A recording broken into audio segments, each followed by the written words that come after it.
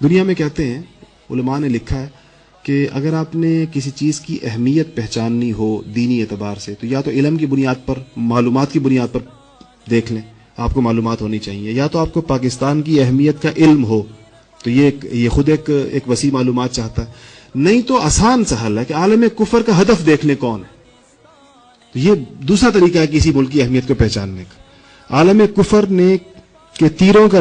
نشان کس طرف ہے، انہوں نے اپنا ہدف بہت طاق کر طے کیا ہوتا ہے. انہیں پتا ہوتا ہے کہ ہمیں کہاں سے مسائل پیش آنے کا امکان ہے، اس کے بعد وہ اس طرح اکٹھے ہوتے ہیں کسی ملک کے بارے میں. ایسا ملک جو کہ اول تو اس خیال سے بنایا گیا ہو کہ یہ ایک یہاں پر اسلامی نظام کا تجربہ کیا جائے گا، اس کے لیے اتنی بڑی قربانی دے دی جائے، اس کی اساس مذہب قرار دے دی جائے، اس ملک کے لوگ یہ طے کر لیں کہ ہمارے درمیان رشتہ لا الہ الا اللہ کا ہوگا، ہمارے درمیان لسانیت نہیں ہوگی، ہمارے درمیان صوبائیت نہیں ہوگی، ہمارے ہاں ذات برادری نہیں ہوگی، ہمارے ہاں قومیت نہیں ہوگی، ہمارے ہاں زبانوں کی بنیاد پر تقسیم نہیں ہوگی. ہم تو لا الہ الا اللہ کی بنیاد پر اکٹھے ہوئے ہیں اور لا الہ الا اللہ کی بنیاد پر ایک ملک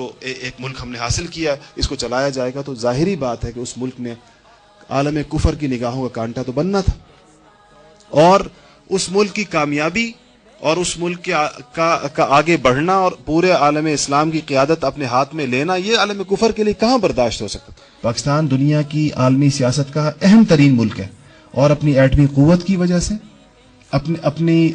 غیر معمولی دینداری کی وجہ سے، اپنے بڑے مضبوط فوجی اداروں، عسکری اداروں کی وجہ سے پاکستان کی دنیا میں ایک اہمیت ہے. دنیا کا آپ عالمی سیاست کو دیکھ لیں، پاکستان کو نکال کر ان کا کام نہیں بنتا. بے شک اس کو بدنام کرتے ہیں، اس کو دہشت گرد کہتے ہیں، اس کو یہ کہتے ہیں، لیکن پھر بھی جب بھی اس خصوصاً خطے کی سیاست کی بات ہوتی ہے تو پاکستان اس کا اہم ترین پلیئر ہوتا ہے. تو ہے آج بھی وہ. اس بات میں کوئی سمجھدار آدمی اختلاف نہیں کرے گا کہ تمام نامساعد حالات کے باوجود بہرحال اب بھی پاکستان عالم اسلام کی قیادت کر رہا ہے،